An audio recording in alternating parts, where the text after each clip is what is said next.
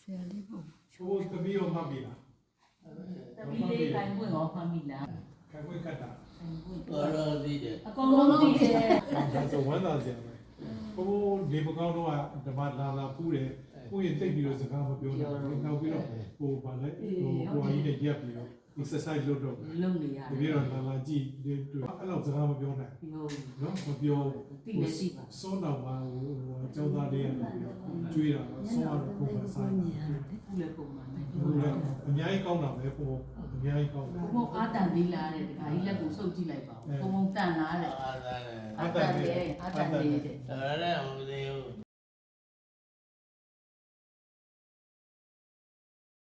နေမယ်လို့ပြောလိုက်လေရာကြောင်းနေမယ်လို့ ဆရာအနန္ဒာတို့120ပေါ့ ဟော120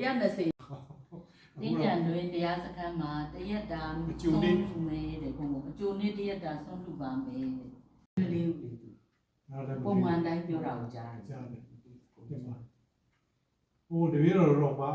အဖိုးကြီးဖြစ်ပြီ66ဖြစ်တယ် ဘုံမောသွားလည်းမကြိုသေး ဟောသွားလည်းမကြိုသေးဘူး ဘူးသွားအတူတခုမှမပြီးဒါပေမဲ့သွားတွေကပူဟောင်းနေပြီပေါ့ ဟုတ် ပူဟောင်းပြီးတော့ပြီးကုန်ပြီပြီးကုန်ပြီဒါပေမဲ့ကျိုးတာမဟုတ် ဟုတ် သူ့အလိုလျက်ပူသွားတာ သွားတော့တေချာတိုက်ပေးပါ တိုက် တိုက်တယ်ဘယ်လိုကျင်းပါလဲ သွားတိုက်တယ်ဘလုတ်ကျင်းတယ်သွားကြိုက်သွားနာတော့မရှိ မရှိ ဘူးဝါစားတယ်ကြက်ဥဖက်ကစားဝါစားတယ် ဝါစား ဒီမှာ ဟုတ်ပြီဟုတ်ပြီရ